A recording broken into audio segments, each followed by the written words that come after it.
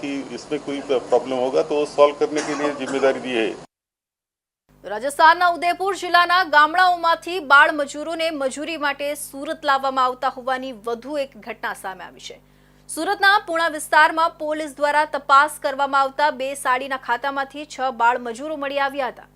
હાલ તો પોલીસે આ 6 બાળ મજૂરોને મુક્ત કરાવીને કતારગામ બાળ આશ્રમમાં મોકલી આપ્યા છે, જ્યારે આ બે સાડીના કારખાનાના માલિક સામે ગુનો નોંધીને પકડી પાડવા કાર્યવાહી હાથ ધરી છે। સુરતમાં થોડા દિવસ પહેલા બે બાળ મજૂરો કાળી મજૂરીથી કંટાળીને ભાગીને પોલીસ સ્ટેશન પહોંચતા રાજસ્થાનથી બાળકોને સુરત લાવીને કાળી મજૂરી કરાવવામાં આવતી હોવાનો પર્દાફાશ થયો હતો।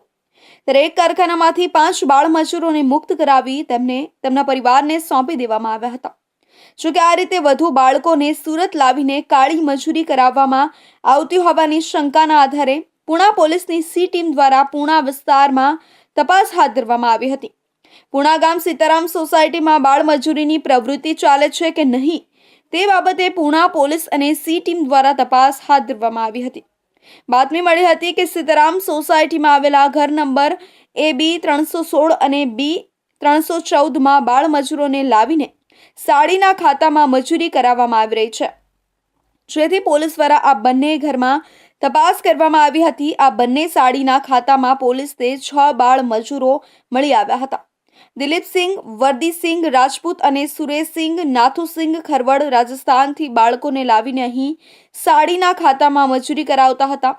બાળકોએ પોલીસને જણાવ્યું હતું કે આ ઘણા મહિનાઓ થઈ ગયા, અમને રાજસ્થાનના ઉદયપુરથી સુરત લાવવામાં આવ્યા હતા। ત્યારબાદ અહીં સાડીના જોબ વર્કના ખાતાની અંદર રાખવામાં આવતા હતા। 12 કલાકની મજૂરી કરાવવામાં આવતી હતી અને 200 રૂપિયા આપવામાં આવતા હતા। હાલ તો પૂણા પોલીસ દ્વારા આ બંને સાડીના ખાતાના માલિક વિરુદ્ધ ગુનો નોંધીને વધુ તપાસ હાથ ધરવામાં આવી છે। તો આ સાથે જ બંનેને પકડી પાડવા પણ કાર્યવાહી હાથ ધરી છે। વધુ એકવાર બાળ મજૂરો મળી આવતા પોલીસ દ્વારા ઊંડાણપૂર્વક તપાસ હાથ ધરવામાં આવી છે।